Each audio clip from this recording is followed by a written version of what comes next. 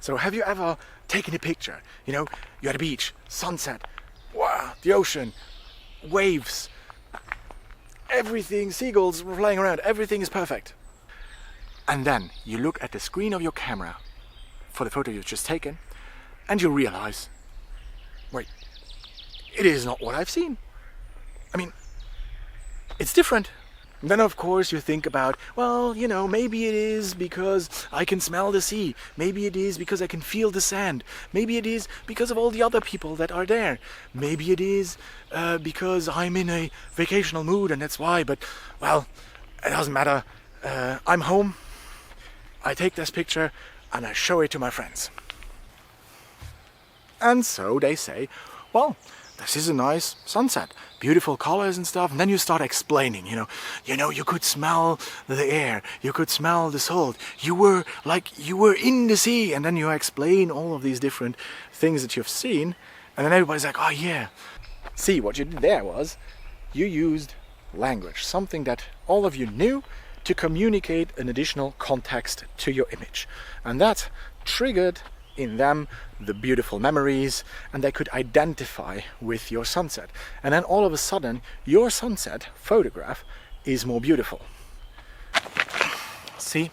And with the language you are able to communicate effectively, because all of you are able to understand that language. You have learned it through your parents, you have learned it through all of these people that you've communicated with, and thus it is easy for you, or easier for you, to communicate with people in that way.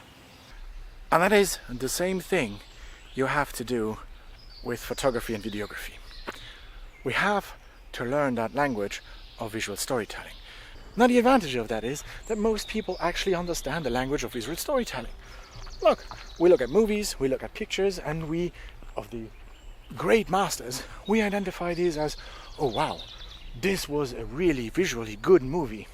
And that is because, not because the camera technology was great, the sensor readout speed was quick, but it was because the way that composition was chosen, the color, the light, everything was chosen together, produced that image which you were able to identify with. And the more of these points you are able to collect, composition, light, subject matter, framing, aspect ratio, for movies even sound, the likelier it is that a person would understand what you try to convey. Because you see, we have experiences, we have things that we've learned in a certain context, and these are the key for us to understand what somebody else is saying.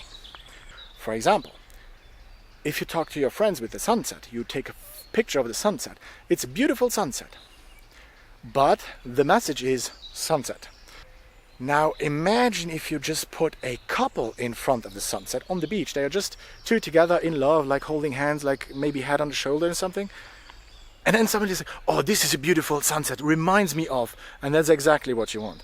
Because then at that point, the person is looking at it and at the photograph and is like, oh yeah, that is exactly what happened to me and my sweetheart. That was our first date. That was our first kiss. That was our first honeymoon. Now, first honeymoon is great, but you get the point. The thing is, we have to convey a message, and adding just that couple adds this additional message of romantic, comfortable, great memories. For some people though, right, and that is why context is so important, for some people though, they will look at that, they remember their ex, and that was maybe the most disgusting relationship, toxic relationship they ever had, and for them then that picture is ruined, and they would tell you, what is beautiful about that? I mean, I hate it because you have that couple in there. If you didn't have the couple, maybe I could like sunsets again. And you'd be like, ah, no, I missed it. I can speak about it all the time, and I do not master the language myself. Because probably most of you couldn't identify with a single image in this video clip, or a single color, lightning, whatever, because I was overexposed, I might have been underexposed, there's shadows on my face, I am not in a rule of thirds, maybe I should film like this, but I'm just talking to the camera. However, what I talk about might have resonated with you. And maybe this helps you improve your visual storytelling.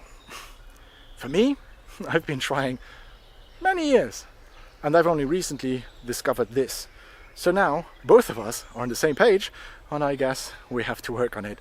And maybe over the next couple of years, we can identify a way of conveying messages far more efficiently.